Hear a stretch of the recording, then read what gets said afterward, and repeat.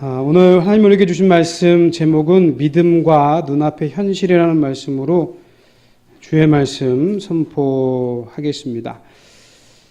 자, 하나님은 모세와 여호수아에게 너희들 가나안 땅에 들어갈 때 한 가지 유의해라. 나를 잊지 마라. 나를 잊음은 너희가 주의 말씀을 청종하지 않고 율법을 지키지 않음으로 드러나게 될 거다. 그러니 절대로 나를 잊지 말고 나의 계명을 지키라라고 한 말씀을 했습니다. 그렇지 않으면 어떻게 되는데요? 그렇지 않으면 망하게 될 거다. 우리 식으로 얘기하면 너 그렇게 되면 영적인 암에 걸릴 거야. 사단에게 미혹되고 사단에게 빠지게 될 거다. 사망에 이르게 될 거다라고 경계하십니다. 그러나 그 염려는 현실화됩니다. 그래서 이스라엘 역사는 늘 그 반복입니다. 자, 이스라엘 백성이 영적인 암에 걸렸습니다. 지금 회개해라. 지금 회개하면 나을 수 있어. 지금 회개하면 고칠 수 있다. 그러나 그 영적인 암은 점점 심해집니다. 그래서 에레미야 시대에 와서는 이미 늦었다. 이미 늦었다. 이건 불행입니다. 하나님이 우리의 삶에 깨달음을 주시고 가르침을 주시고 삶에 어떤 교훈을 주신다고 하는 것은 하나님의 은혜이며 사랑인 줄 믿습니다. 그게 지났어요. 그러니까 에레미야 시대에 들어와서는 끝났다라고 하는 거예요. 이제는 방법이 죽는 수밖에 없는 거예요. 죽어야 되겠다. 죽고 다시 내가 생명을 주는 일밖에 없다. 그게 이제 에레미야의 주제인데요. 자, 오늘 말씀처럼 그 일이 진짜로 예언은 했는데 오늘 그들의 삶에 닥쳤습니다. 자, 에레미야는 지금 시위대 뜰에 갇힌 상황이고 예루살렘은 지금 바벨론에게 완전히 포위되어 있는 상황입니다. 오늘 32장에는 나오지 않지만 31장에는 하나님이 뜬구름없이 야, 네 친척 집에 땅을 사라. 뜬구름 없는 얘기를 하는 거죠. 여러분, 회사가 부도나고 회사가 망해가는데 그 회사 주식 사라 그러면 여러분 사시겠어요? 아무도 안 사죠? 그런 형국이죠. 땅 사라. 왜 삽니까? 사라니까. 사고 네가 고이 간직해야 된다. 라고 하시면서 오늘 말씀이 이어지는 겁니다.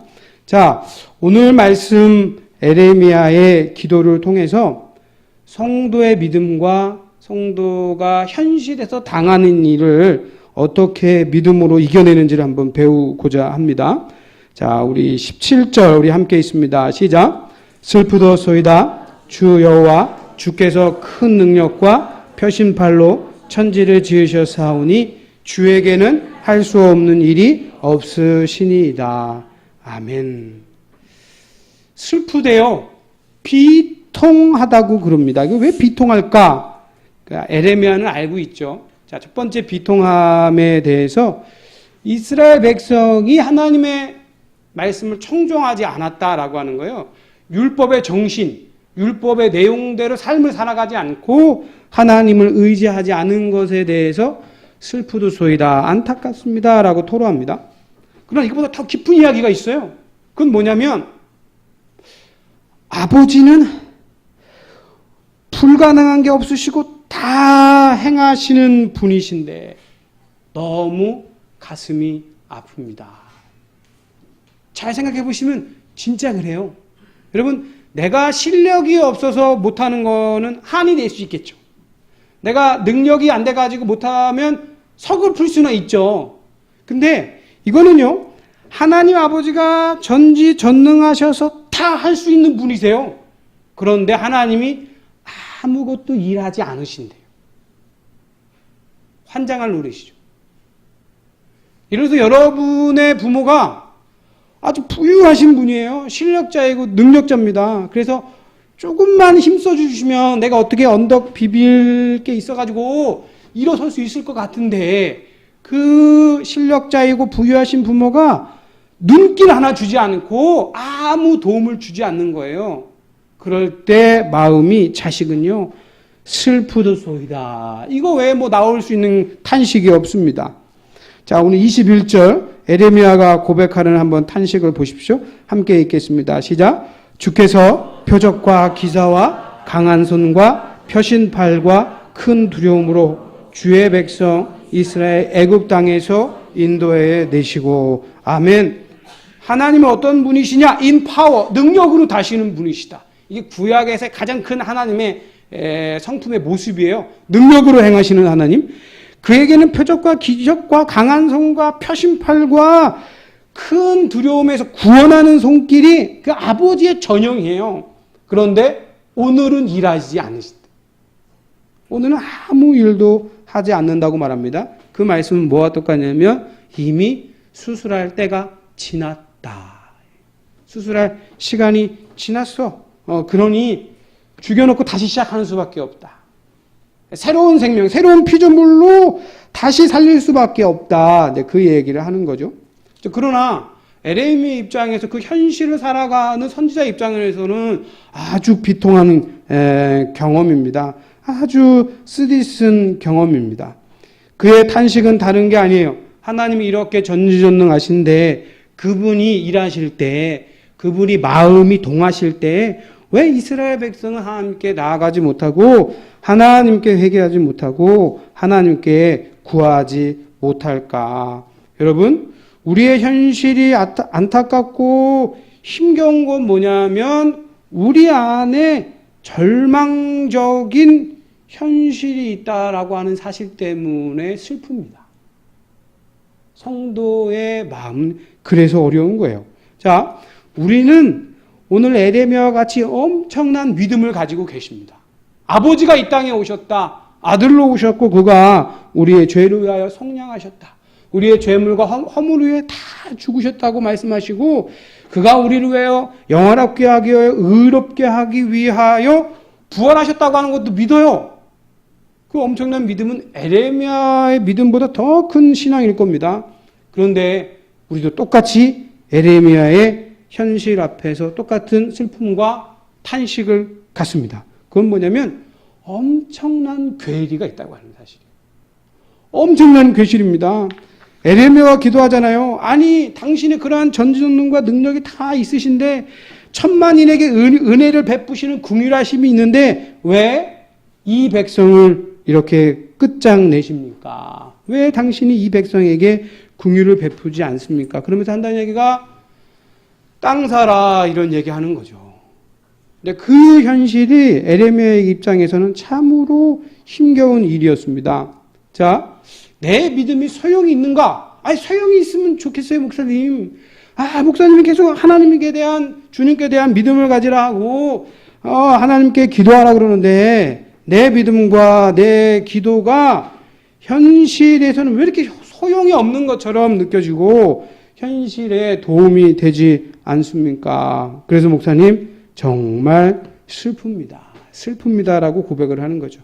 여러분 여기서 한 가지 기억하십시오. 여러분의 슬픔을 하나님께 탄식한다고 해서 여러분의 아픔과 어려움을 하나님께 다 쏟아 놓는다고 해서 하나님이 예끼 녀석아 이렇게 믿음이 없냐라고 우리를 타박하지 아니하시고 우리를 밀어내지 않으심을 믿으시기를 주의 이름으로 권면을 드립니다.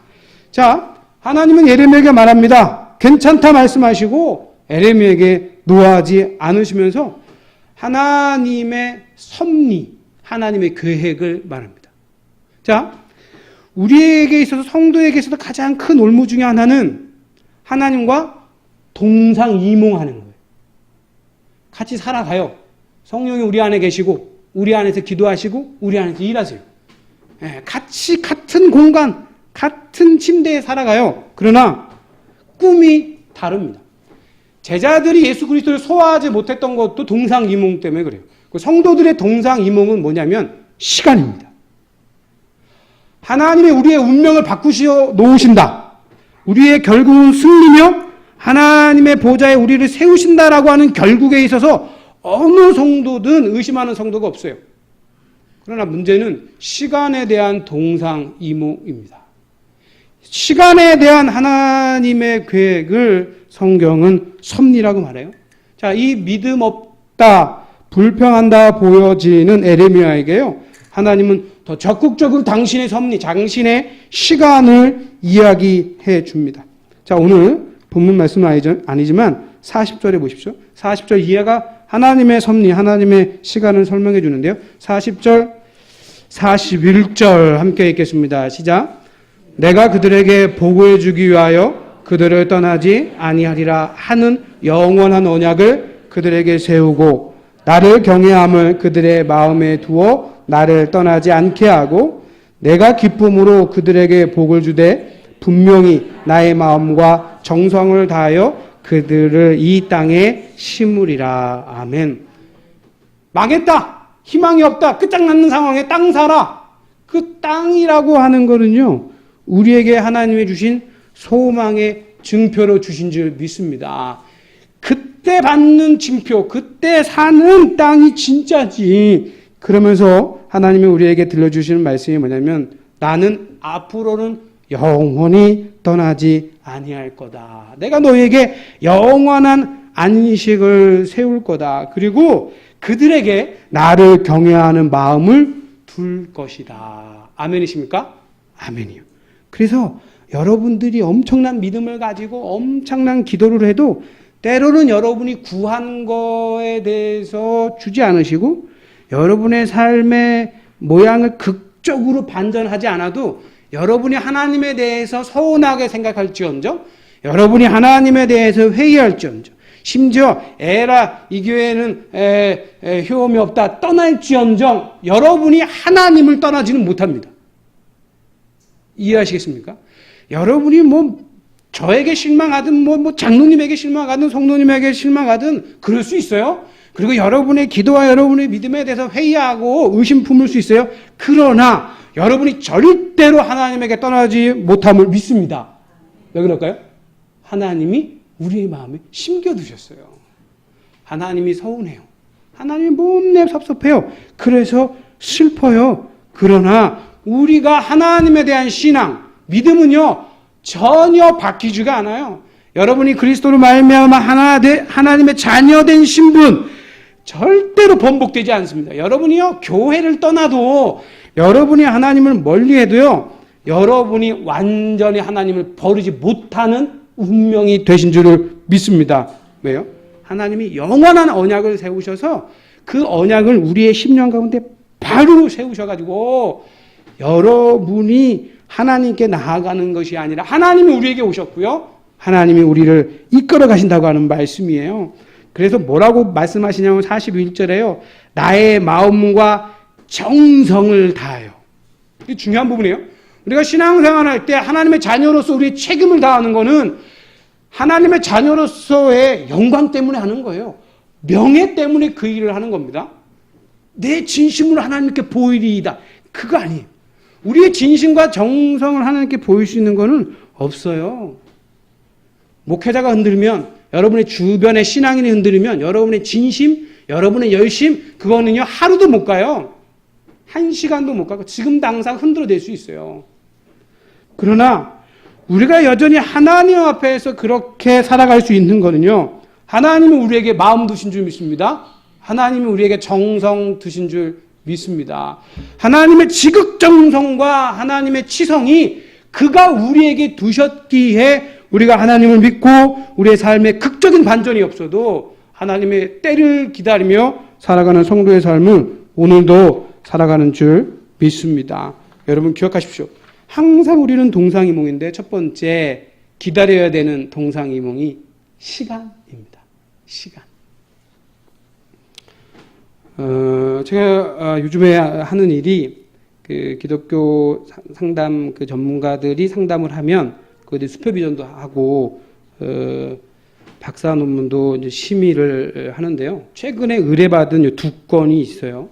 한 건은 야 인생이 저렇게 불같은 시험 당하며 살아갈 수 있을까? 야 저게 삶이 불우한 삶을 살아갈 수 있을까? 성도라면서 있어요. 여러분 우리가 이 정도로 살아가는 건 하나님의 축복인 줄 믿습니다. 하나님의 은혜예요. 죄가 많아서가 그런 게 아니에요. 그들이 조상의 죄가 더 커서 절대 그렇지 않습니다. 자, 한 가지 그 사례로 좀 말씀을 드리면 아들 둘을 데리고 살아가시는 분이에요. 교회도 봉사를 열심히 하세요. 우리보다 절대 못하지 않습니다. 그런데 25살 먹은 아들이 죽습니다. 자살이 죽어요. 몇 년이 지났는데 둘째 아들이 그 충격, 그 비관으로 늘 술만 먹고 사는 거죠. 그 아들이 취중의 어머니한테 뭐라고 말하냐면 저도 형처럼 죽고 싶습니다. 죽음이라고 하는 게 그런 큰 영향력이 있어요. 자, 이 문제를 가지고 목회 상담을 받으러 온 거예요. 그 상담 내용도 녹음한 거 들어보고 또 추고록도 들어보고 거기에 대해서 이제 슈퍼비전을 해 주는 건데요. 여러분은 뭐라고 건네고 싶습니까? 그런 분들에게. 오늘 예레미야도 똑같은 심정이에요. 내가 하나님이 전지전능하시고 하나님이 무소불위하시고 무엇이든 원하는 대로 다 하실 수 있는 하나님이신 줄 믿습니다. 그런데 왜 내 삶에, 우리들의 삶에 대해서 지금 개입하지 않으시는 거죠? 라고 하는 탄식이에요. 그러니까 성도의 삶에도 그렇게 불같은 시험이 다 있기 마련입니다.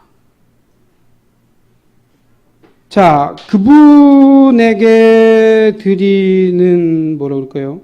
팁? 첫째는 제가 첫 번째 시즌 1에는 하나님이 잘못하셨네요 라고 하는 것으로 여러분 그 접근을 해서 한번 상담을 해보십시오 라고 하는 거예요. 하나님이 잘못하셨네요. 시즌 2가 되면 그분과 함께 씨름해 보세요. 하나님 왜 그러셨어요? 라고 하는 거죠. 하나님이 잘못하신 것과 하나님이 왜 그러신 거에 대해서 함께 하는 것이 성도가 할 수 있는 최선인 줄 믿습니다. 에레미야가 지금 그런 상황에 있는 거예요. 하나님 왜 그러십니까? 라고 하는 탄식을 하시는 거죠. 자, 이런 상황에 하나님은 당신의 백성에게 꾸짖지 않고요. 당신의 백성에게 당신의 꿈을 더욱더 펼쳐 주시는 줄 믿습니다. 왜 그랬냐고요? 다 털어놨어요. 누가요? 에레미야가요. 그러니까 하나님의 자녀로서 신자로서 살아간다라고 하는 거는요. 하나님은 저는 근심과 걱정이 없어요라고 하는 거, 하나님께 말하지 않는 거, 그냥 살아가는 그게 아니고 하나님 앞에서 내 모든 것에 다 털어놓는 것, 내려놓는 자세가 신앙이고 기도인 줄 믿습니다. 자, 오늘 이 에레미야의 신앙을 통해서 우리가 한 가지 접목해 봐야 될 거는 그 하나님의 전능함 말고 하나님의 성품에 대한 믿음에 대해서 한번 점검을 해 보려고 합니다. 자, 내가 어떤 병이 있어요. 근데 그 병이 있어서 의사 선생님에게 찾아갔습니다. 그 의사 선생님이 뭐 이런저런 원인과 치료 방법을 얘기해 주는데 이 의사 선생님이 내 병을 치유하신다라고 하는 믿음이 없으면 우리는 거기서 오래 머물지 않아요. 인사하고 나오기 바쁘죠. 그렇지 않습니까? 이뿐만이 아니라 다른 의사 선생님도 나를 치유할 수 있다라고 하면 이분에 대한 그 간절함이 없죠. 우리의 삶에 지금 에레미야가 슬프다 하고 탄식하고 하나님께 매달리는 이유는 다른 게 아니에요. 첫 번째, 하나님의 실력, 하나님의 능력과 하나님의 성품에 대한 믿음입니다. 이분만이 내 병을 고칠 수 있다라고 하면 거기에서 생기는 것은요. 그분이 땅 사라 하면 아니 지금 망하는 회사, 망하는 주식 사라고요? 그래도 삽니다. 뭐에 대한 전제가 있다면요? 이분만이 내 병을 고쳐주신다라고 하는 전제가 있으면 우리가 하나님 앞에서 하나님 우리에게 무엇을 요청하든 하나님만이 주님만이 내 문제를 해결해 주실 수 있다라고 하는 전제, 믿음만 있으면 우리는 다 할 수 있는 거예요. 오늘 내가 주 앞에서 머물러 있지 못하다는 이유는 다른 게 아닙니다. 다른 게 아니고 다른 수가 있는 거예요. 다른 옵션이 있어요. 그럴 때 하나님 앞에 나아가서 기도하지 않습니다. 자, 이 이야기가 이사야 7장 10절로 11절 말씀 보면 잘 나와 있는데요. 우리 이사야 7장 10절로 11절, 12절까지 보겠습니다.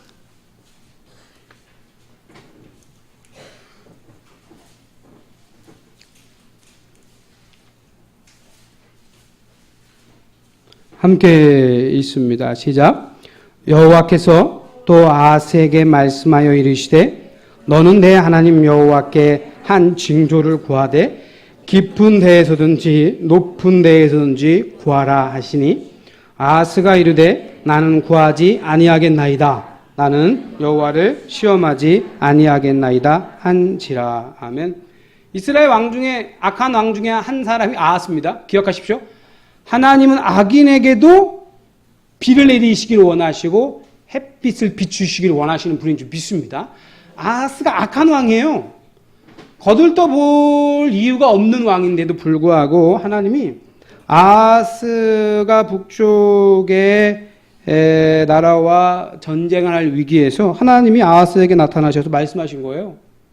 자, 너는 내게 한 징조를 구하되 내가 네 소원 들어줄게.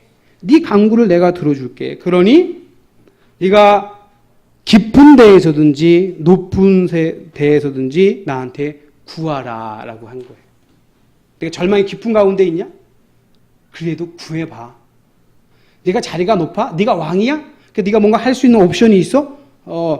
네가 할 수 있는 뭐 어떤 수가 있는 거니? 그래도 내게 구하라. 여러분, 성도에게 특권은 하나님께 구하는 특권인 줄 믿습니다. 하나님께 구하라. 근데 아하스가 대답하는 거 잘 보십시오. 12절 함께 고백합니다. 시작.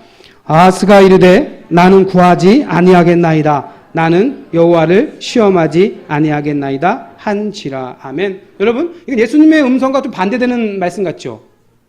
악하고 음란한 세대가 뭘 구한다? 표적과 기적을 구한다. 그러니까 믿음 없이 표적과 기적을 구하는 건 악하고 음란하다고 말합니다. 이 말씀 잘 이해하셔야 돼요. 잘 간직하셔야 됩니다. 하나님을 시험하는 것은 악하고 음란한 행위입니다. 이곳에서 하나님께 구해봐가지고 안 되니까 저곳 간다. 그게 우상숭배거든. 이곳에가 내가 이런 식으로 신앙생활 해봤더니 효험이 없어. 에라. 이것이 악하고 음란하다고 주님이 시작합니다. 자, 그런데 그 말씀에 비춰보면 아하스가 상당한 믿음 같아요. 저는 하나님을 시험하기 위하여 구하지 않습니다. 이게 진심이었으면 주님이 믿음이 크도다라고 칭찬해 줬을 거예요. 근데 문제는 우리의 진심입니다. 아하스가 지금 이사야 선지자가 지금 이런 위기인데 이 문제를 해결할 수 있는 분은 누구밖에 없다고요? 하나님밖에 없어요. 하나님만이 당신에게 그 답을 주는 거예요. 그러니 당신이 하나님께 구해요. 당신이 낮은 자리에 있든지 높은 자리에 있든지 당신이 지금 절망하는 자리에 있든지 희망이 있는 자리에 있든지 상관없이 구해야 됩니다. 그런데 아하스는요, 마음속으로는요, 믿음으로 한 말이 아니에요. 마음으로는 뭐가 있어요? 다른 옵션이 있죠. 이 의사만 나 고치나? 아니야. B도 있고 C도 있어. B라는 것도 있고 C라는 것도 있고 B라는 사람도 있고 C라는 사람도 있어. 나는 아직 길이 많아. 아하스가 그 마음이었어요.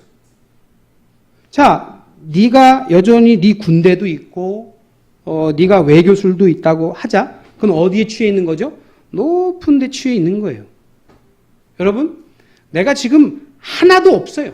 실력이 하나도 없어. 뭐 비빌 언덕도 하나도 없어. 그때에도 절망하지 않고 당연히 기도해야 되지만 문제는요, 수가 있을 때도 기도해야 되는 줄 믿습니다.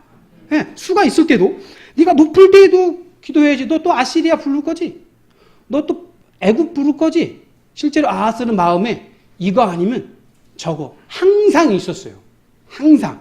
그러니까 하나님이 야, 내게 징표를 구해라. 내가 사인 줄게. 네 삶에 반전 줄게. 기적이 필요하냐? 내가 기적을 너한테 베풀어 줄게. 그러나 아하스는요, 중심으로는 아니요, 보이지 않는 하나님보다는 보이는 아시리아가 낫고 보이는 애굽이 나아요. 그게 아시아가 가지고 있던 마음이었습니다. 왜요? 보이잖아요. 실제로 경험해 봤거든요. 자, 그랬더니 하나님께 구하지 않고 하나님을 의지하지 않는 그 마음에 대해서 13절, 자, 이렇게 말씀합니다. 이사야 7장 13절 함께 있습니다. 시작. 이사야가 이르되 다윗의 집이여 원하건대 들을지어다. 너희가 사람을 괴롭히고 그것을 작은 일로 여겨 또 나의 하나님을 괴롭히려 하느냐. 아멘. 여러분이 위기에 있고 여러분이 어려움이 있을 때 사람에게 구원을 요청하는 거는요, 그 사람도 괴롭히는 겁니다. 잘 생각해 보세요. 내가 어떤 문제를 절박하게 해결해야 되는데 그 해결하는 것을 사람에게 의지하는 건요, 그 사람도 괴롭히는 거예요.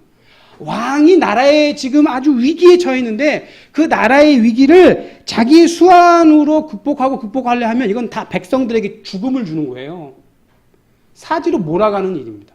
네가 왜 너의 주변의 사람들을 괴롭히느냐? 그건 작은 일이 아니다. 뿐만 아니라 그건 누구를 괴롭히는 일이다? 하나님을 괴롭히는 일이다. 자, 보세요. 에레미야가 아이고 이제는 성 밖에 이미 바벨론에 당도를 했어요. 이미 참호를 파고 망대를 짓고 둔덕을 쌓아서 넘어올 것만 남아있어요. 그러는 상황에 땅 사라고 하지 않나, 토지 문서 가지고 있으라라고 말하는 거예요. 자, 그럴 때 에레미야가 탄식하는, 야, 하나님이 전능하신데도 힘 안 쓰네. 나한테 긍휼, 나한테 친절을 베풀지 않네. 괴롭다 말하지만 진짜 괴로워하는 분은 누구냐라고 할 때 하나님이라고 말씀합니다. 하나님 자신이 괴롭다라고 말씀합니다. 왜요? 내게 구하지 않는다. 이스라엘 사람 아무도 구하지 않았어요. 누구만 구해요? 에레미야만 구한 겁니다. 여러분, 하나님 앞에서 나는 하나님의 도움이 필요 없어요. 내가 하나님의 표적, 하나님의 기적을 내가 구하지 않습니다. 라고 말하는 것이 믿음인 것 같으나 믿음 아니다. 누가 알아요? 영혼이 알아요. 하나님께 구하시는 여러분 되시길 주의 이름으로 축복합니다. 하나님께 다 털어놓고 나의 무기력과 나의 무능함을 다 말하지 않는 거, 하나님을 기만하는 거고 자기를 기만하는 거예요. 그걸 하나님을 슬프게 한다라고 하는 거예요. 내가 어떤 문제에 나쁜 습관이 있다, 내 안에 좋지 못한 성품과 인격이 있다라고 하면 그냥 셀프 서렌더 하시는 게 제일 편해요. 하나님, 내가 항복합니다. 이건 내가 뭐 이래도 해보고 저래도 해봐도 안 됩니다. 내 성품, 내 인격을 하나님 고쳐 주십시오. 이걸 하나님께 솔직히 얘기하지 않으면 우리는 계속 기만하죠. 반대로 같이 날라리 신앙인데 또 다른 왕이 한 사람이 있어요. 바로 히스기야입니다. 이 아하스와 좀 다른데요. 이 히스기야의 좋은 신앙의 장점은 자기의 상황, 형편에 대해서 염치가 없어요. 그냥 막무가내예요. 그러니까 내가 이렇게 살았는데 이거 어떻게 하나님께 구해? 어떻게 하나님께 표준을 구해? 나는 하나님을 시험하지 않아. 이런 성향이 아니에요. 이 히스기야는 후대에도 역사의 어떤 딜레마적인 사건을 물려주는데 그럼에도 불구하고 성경에서 이 히스기야의 신앙에 대해서는 후한 점수를 줍니다. 뭐 때문에 그러냐? 우리 이사야 37장 3절로 가겠습니다.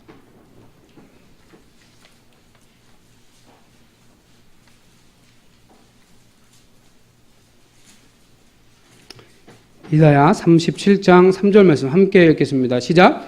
그들이 이사야에게 이르되 히스기야의 말씀에 오늘은 환난과 책벌과 능력의 날이라 아이를 낳으려 하나 해살할 힘이 없음 같도다. 아멘. 히스기야도 똑같이 날라리 신앙인데요. 이 히스기야 왕은 좋은 장점이 하나 있어요. 그냥 어떠한 환난과 책벌과 능력의 날이 임하면 이 사람은요 무장을 해제합니다. 이게 큰 은혜예요.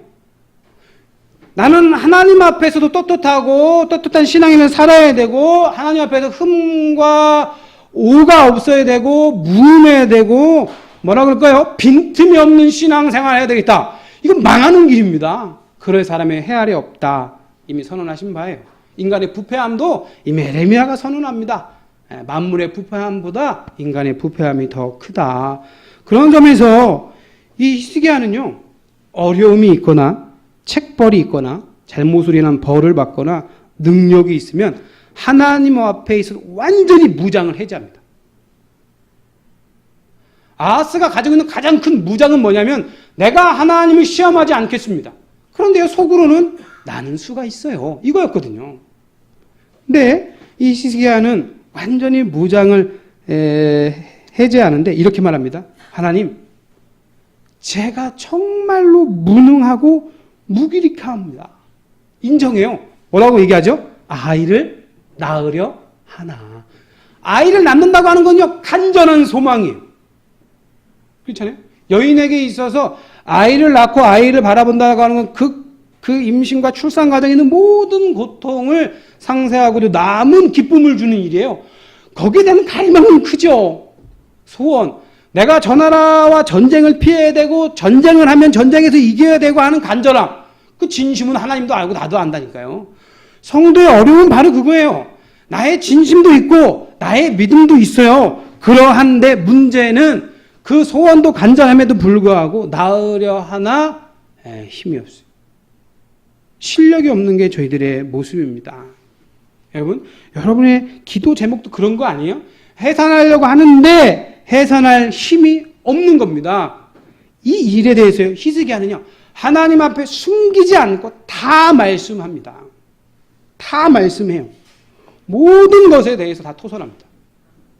조금 전에 그 예화에 든 그 분이 하신 그 녹음을 들어보니까 제가요, 첫째 죽을 때 눈 한 방울 안 흘렸어요.